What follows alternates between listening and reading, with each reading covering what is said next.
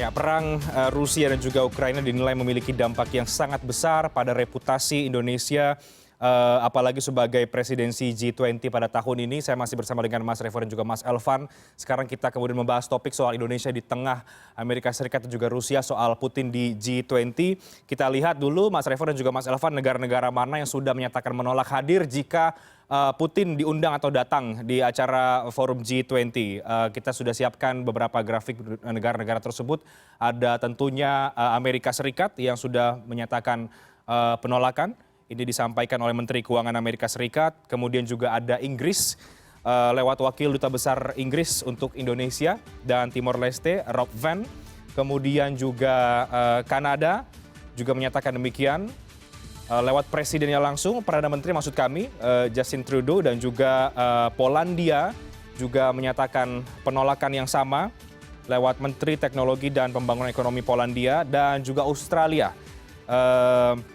yang menyatakan langsung Perdana Menteri Scott Morrison, ide duduk satu meja dengan Vladimir Putin yang membuat Amerika Serikat bersiap, menyebutnya melakukan kejahatan perang di Ukraina untuk saya adalah langkah yang terlalu jauh. Jadi mulai ada suara penolakan, dan ini mungkin juga bisa kita lihat sebagai tantangan presidensi Indonesia di forum G20. Mas Revo, bagaimana kita melihat dari perspektif editorial kita melihat dinamika di forum G20 ini ketika dampak perang Rusia-Ukraina ternyata betul-betul berdampak terhadap presidensi Indonesia di forum G20 berkaitan dengan kehadiran Putin di forum tersebut, Mas Revo? Ya, ini situasi yang sedikit rumit ya, Reinhardt, ya, karena kan Indonesia ini ditunjuk menjadi presiden. Dan ketika Indonesia dulu bukan negara G20 gitu, bukan masuk dalam negara 20 besar GDP terbesar gitu. Nah, tapi ketika Indonesia GDP-nya naik, akhirnya masuk ke dalam kelompok G20, 20 besar negara-negara dengan GDP terbesar di dunia.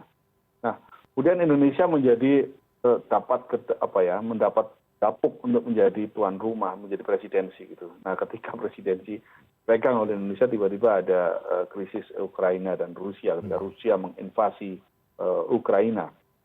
Nah, kemudian sekarang berikutnya adalah beberapa negara, Amerika, Kanada, Australia, dan beberapa negara yang lain mengatakan tidak akan hadir kalau misalkan perwakilan Rusia akan hadir dalam pertemuan G20. Nah, ini kan situasi yang serba salah buat seorang tuan rumah. Di satu sisi tentunya pengennya semuanya harus hadir, tapi di sisi lain ada kondisi seperti ini. Yang harus dihitung tentu sekarang saya meyakini Indonesia sebagai tuan rumah ini, pemerintah tentu juga akan menghitung negara-negara besar lain. Bagaimana kemudian sikap Cina misalnya. Bagaimana dengan sikap Arab Saudi dan yang lain-lain gitu ya, apakah akan bersikap sama seperti Amerika dan kelompoknya tadi gitu, karena kan ini yang sekarang mungkin sedang dipetakan lagi gitu, tapi sih kalau misalkan dalam situasi normal gitu ya, sebenarnya forum G20 ini kan bisa menjadi forum lobby juga di situ. Bagaimana kemudian lobby-lobby politik dan lobby-lobby ekonomi tentu tidak bisa dilepaskan dari politik, gitu ya, dan begitu pula sebaliknya. Itu akan berlangsung. Nah, masalahnya kalau kemudian ada yang tidak mau hadir, nah itu kemudian bagaimana ini Indonesia, citra Indonesia sebagai tuan rumah akan tidak begitu bagus gitu ya. Tentunya sekarang pemerintah dan panitia G20 ini sebagai host tentu juga masih memiliki waktu untuk melobi seluruh pihak gitu ya, untuk kemudian bisa mencapai konsensus dulu, konsensus awal atau kesepakatan bersama dulu. Bagaimana ini baiknya? Apakah memang nanti seluruh negara menolak Rusia? Kalau memang 18 negara itu menolak Rusia, Indonesia sebagai tuan rumah tentu tidak bisa berbuat apa-apa ya. Tapi masalahnya kalau sebagian mendukung Rusia bagaimana? Misalnya ada negara-negara besar lain yang kemudian masih bisa menerima Rusia. Nah, ini kan kepiawaian diplomasi dari Rusia dan Kementerian Luar Negeri dan Indonesia sebagai presidensi ini yang harus yang sekarang sedang dipertaruhkan lah, Reinhardt ya. Kita berharap sih G20 ini bisa menjadi forum yang baik dan karena kita tuan rumah kali ini, sebagai tuan rumah itu kan Indonesia sebenarnya punya kesempatan besar untuk memainkan daya tawarnya ya. Beberapa hal yang selama ini mungkin dalam forum-forum G20 sebelumnya itu lebih berpihak pada negara-negara maju. Sekarang kita sebagai negara tuan rumah tentu bisa memiliki kesempatan untuk mengedepankan agenda-agenda yang sangat lekat dengan kepentingan rakyat. Kan? Nah, ini yang kita harapannya forum itu bisa membawa kebaikan buat bersama gitu kan. Oke, ya, Mas Elvan, sejak perang Rusia-Ukraina pecah, memang sudah banyak yang memprediksi, ya, mengkalkulasi bahwa ini akan berdampak terhadap gelaran G20. Bagaimana ini implikasinya ini? Karena ini berkaitan juga dengan citra Indonesia sebagai presidensi G20 yang tadi Mas Revo katakan ya tentu maunya semua negara hadir, tapi ada dinamika di dalam. Kalau kita melihat sikap Kemenlu memang masih mencermati dan masih mengatakan ini masih sangat dinamis, masih ada waktu untuk mungkin melakukan forum lobby dan lain sebagainya. Oke, Renat. Situasi tidak mudah untuk Indonesia sebagai tuan rumah di G20 ya. Apalagi orang bisa penundaan gitu, misalnya tahun depan sudah ada India agendanya. Dan tentu saja kalau menunda itu juga terkait dengan citra Indonesia, kredibilitas kita sebagai negara ya. Karena itu bukan hal yang mudah, dan karena itu betul sekali ini adalah ujian untuk kapasitas diplomasi kita di dunia internasional. Saya lihat pemerintah walaupun diam-diam ya sudah mulai melakukan beberapa manuver. Ya, salah satunya kita baru saja menyatakan abstain ketika PBB menyatakan penangguhan terhadap posisi Rusia di dalam Dewan dan PBB ya. Saya kira posisi absen itu positif. Jadi Indonesia seharusnya punya ruang lobby yang masih luas. Ya, tidak hanya ke Barat yang tentu saja dalam posisi menolak Rusia hadir, tapi juga komunikasi yang baik dengan Rusia, ya tentu, dan dengan Ukraina juga Indonesia masih terbuka lebar. Jadi sarannya sebetulnya perintah Jokowi segera memerintahkan dalam hari ini Kementerian Luar Negeri atau yang terkait untuk segera melakukan lobby komunikasi diplomasi dengan Rusia dan Ukraina. Bicara baik-baik, yang terbaik seperti apa. Dan satu hal untuk bersamaan juga melakukan lobby dengan semua peserta G20. Ya, kemudian juga bisa melibatkan Cina. Lupa Cina punya hubungan yang sangat baik dengan Rusia. Dan mungkin saja kalau kita minta bantuan Cina, mungkin Putin juga akan mengikuti saran dari Cina. Dan saya kira waktu masih panjang sampai November. Mestinya di sini kapasitas diplomasi Indonesia ini betul-betul diuji. Di Dewan HAM PBB Indonesia sudah membuktikan Indonesia punya sikap politik luar negeri bebas aktif yang tidak mengikor. Dan artinya sikap politik sudah dimulai dan saatnya Indonesia menunjukkan kepada dunia bahwa kita bisa berdiplomasi. G20 tetap jalan meskipun ada penolakan, dan tentu saja Rusia dan Ukraina juga bisa menerima.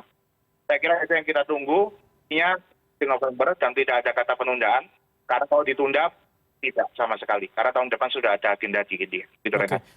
Jadi sikap politik tidak mengekor itu, sikap netral itu di perang ini, ya itu yang tetap harus dipertahankan Indonesia sembari kemudian melakukan lobby tidak hanya ke Barat tapi juga kemudian ke negara-negara yang mungkin lebih condong pro ke Ukraina ataupun mungkin ke Rusia. Kira-kira begitu ya, Mas Elvan? Ya betul, Renhat. Jadi sikap politik luar negeri bebas aktif itu sangat baik diterapkan Indonesia. Karena kalau kita mengekor juga kita tidak cukup verifikasi terkait dengan video-video, foto-foto yang ditunjukkan Amerika di dalam sidang Dewan HAM kan. Dan lagi pula kita juga perlu menjaga hubungan baik karena ini komunikasi antar negara. Kita juga perlu banyak sektor termasuk juga perekonomian, kita juga banyak komunikasi dengan Rusia juga. Artinya harus betul-betul hati-hati Indonesia, dan dengan sikap bebas aktifnya kita sebetulnya punya ruang yang cukup luas untuk bisa kemudian menyelenggarakan G20 dengan win-win solution. Saya rasa akan tetap jalan dengan politik bebas aktif kita sudah dimulai, mereka sudah mulai berstrategi, kita tunggu nih seperti apa nanti realisasinya. Oke. Mas Revo, sejauh mana diplomasi atau lobby harus dilakukan oleh pemerintah Indonesia? Menlu Retno kabarnya juga akan melakukan komunikasi dengan negara-negara Barat, tapi kemudian juga mulai sekarang muncul dorongan seharusnya Presiden Jokowi yang perlu turun langsung untuk menunjukkan presidensinya di forum G20. Ya memang ini juga hal yang memang harus kita dorong juga ya, Renat, ya, bahwa Presiden tidak hanya sibuk dengan urusan domestik tapi juga keluar secara global gitu. Jangan lupakan persoalan global, karena secara Indonesia tentu tidak bisa gitu, kepentingan dalam negeri kita, kepentingan ekonomi kita tentu nggak bisa dilepaskan dari situasi-situasi yang terjadi di internasional ya. Nah sekarang kan yang sekarang jauh ini kan yang baru yang kelihatan kan polarisasinya kan antara Barat dan negara Barat, Amerika dengan beberapa negara-negara yang sebetulnya gitu terjadi polarisasi dengan yang relatif tidak bermasalah dengan Rusia. Nah sejauh ini kan kalau dalam pemetaan ada beberapa negara, Cina, Brazil dan beberapa negara-negara lain itu kan juga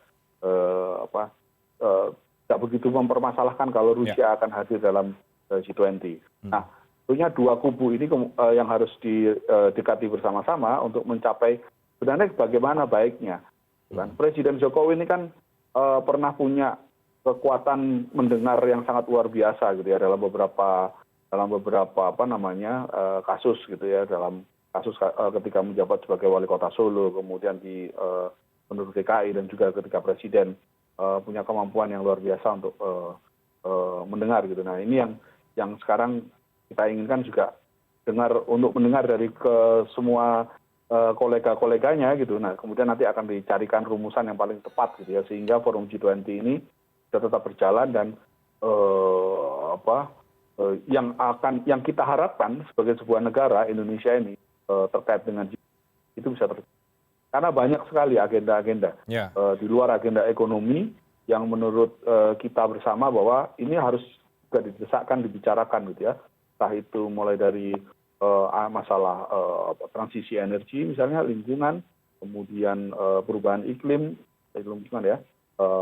empowerment, pemberdayaan perempuan, anak muda dan lain-lain gitu ya. Persoalan-persoalan yang selama ini mungkin bagi negara-negara maju sudah selesai gitu tatarannya gitu ya. Empowerment misalnya, pemberdayaan perempuan gitu.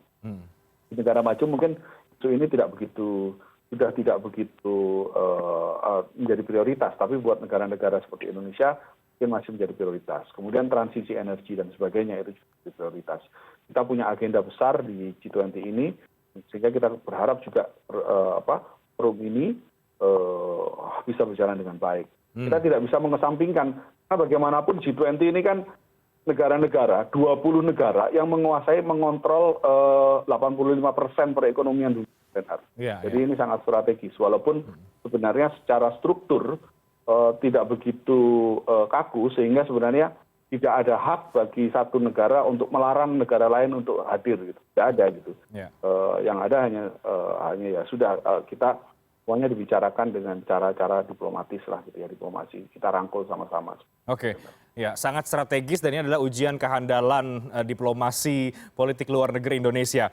Pilihannya kan ini kemudian menjadi dua ya, Mas Revo dan juga Mas Elvan. Apakah kemudian lobby ini berhasil sehingga semua negara hadir, atau justru sebaliknya tetap berjalan meskipun tidak ada, mungkin ada jika ada beberapa negara yang kemudian memboikot begitu. Nah, muncul sekarang mulai pesimisme dan juga optimisme. Nah, bagaimana kemudian optimisme kita melihat bahwa lobby politik Indonesia, politik luar Indonesia akan berhasil dan bisa membawa semua negara di forum G20 ini benar-benar hadir ketika ada konflik Rusia-Ukraina. Optimiskah kemudian Mas Revo melihat ini? Sebenarnya kalaupun misalkan ini gagal gitu ya, itu bukan menjadi tanggung jawab Indonesia semata gitu. Karena kan ini karena situasinya bukan di luar kendali Indonesia gitu. Tapi yang jelas begini, kalaupun misalkan ada 1, 2, 3 negara atau bahkan beberapa negara itu tidak hadir ya, tapi beberapa negara yang lain hadir, Indonesia sebagai tuan rumah, sebagai presidensi harus benar-benar mampu memanfaatkan momen tersebut untuk kepentingan rakyatnya, kepentingan nasional kita. Jadi ujung-ujungnya kan sebenarnya adalah kepentingan nasional ya Renat ya. Kepentingan nasional kita apa gitu, jelas gitu. Kayak kita punya kepentingan ekonomi, kepentingan bagaimana transisi energi dan sebagainya gitu. Nah, semua negara-negara yang pada nanti itu hadir, walaupun mungkin ada beberapa yang tidak hadir, harus bisa benar-benar dirangkul dan harus bisa momen tersebut, pertemuan tersebut, konferensi tingkat tinggi tersebut harus bisa dimanfaatkan betul untuk kepentingan nasional kita, Reinhardt. Oke, jadi apapun ceritanya, national interest di Indonesia jangan sampai kemudian terlupakan. Mas Elvan, terakhir soal optimisme bahwa ini bisa berjalan dan semua negara hadir di forum G20. Oke, Renat. Saya kira G20 ini sangat penting untuk Indonesia. Dan tentu Presiden Jokowi akan mengarahkan seluruh jajarannya untuk mensukseskan acara G20. Karena itu jauh-jauh hari sudah mengingatkan para menterinya fokus dengan pekerjaannya, jangan sibuk ngurusin 3 periode kayak kembali ke isu yang pertama tadi ya. Jadi karena fokus level tinggi ini, saya kira akan ada, saya sih optimis akan terselenggara dengan baik. Jadi sekali tapi kita harus tahu bahwa G20 ini bukan hanya urusan Indonesia. Jadi kita harus bicarakan dengan seluruh anggota G20 untuk mencari solusi bersama. Kalau masih ada ego ini yang ikut ini kan petakan tuh, ada yang dari voting terakhir terkait Dewan HAM PBB aja terbaca kan. Ada yang setuju berapa, yang menolak berapa, kemudian yang abstain berapa itu juga terbaca karena G20 juga banyak di situ juga. Artinya sebetulnya semua anggota G20 ini harus diajak bicara melalui Zoom atau telemeeting misalnya ya, nggak harus bertemu karena masih akhirnya masih November misalnya, untuk mengambil keputusan bersama. Dan seperti saran saya tadi, Indonesia harus melobi Ukraina, Rusia dengan melibatkan China dan negara-negara yang cukup akrab berhubungan baik dengan Rusia misalnya. Saya kira bisa jadi Rusia tidak hadir gitu dengan komunikasi yang baik, apalagi Indonesia bersikap sangat baik ya kan ketika Dewan PBB menangguhkan keanggotaan Rusia, Indonesia bersikap abstain misalnya. Nah, ini dianggap sebagai sebuah penghargaan terhadap sikap Indonesia, yang meskipun kita juga mengutuk serangan terhadap Ukraina, tapi kita juga masih menghargai kita tidak ikut dalam berpolemik ya kan, seperti ASEAN Ways ya, jalan yang memang diikuti seperti politik aktif Indonesia. Dan karena itu sangat mungkin nantinya Rusia tidak hadir dan Ukraina kemudian G20 akan berjalan dengan baik.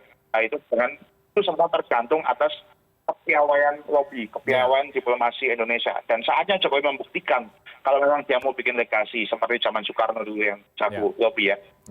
Oke, jadi jangan dilupakan legacy di bidang politik luar negeri ya. Jangan hanya mengurusi internal saja kalau tadi Mas Revo katakan. Oke, kita akan lihat seperti apa kemudian ujian diplomasi Indonesia di forum G20 ini. Tentu yang perlu kita dorong adalah Presiden dan seluruh jajarannya yang berkepentingan, mungkin Menteri Luar Negeri dan sebagainya, untuk memaksimalkan lobby ke semua negara agar kemudian forum G20 bisa dihadiri oleh seluruh anggota dan juga bisa berjalan dengan baik karena ini adalah forum yang sangat strategis. Terima kasih banyak Mas Revo dan juga Mas Elvan untuk diskusi editorial view pada malam hari ini. Selamat malam, sehat selalu. Selamat malam, Menanda. Terima kasih banyak.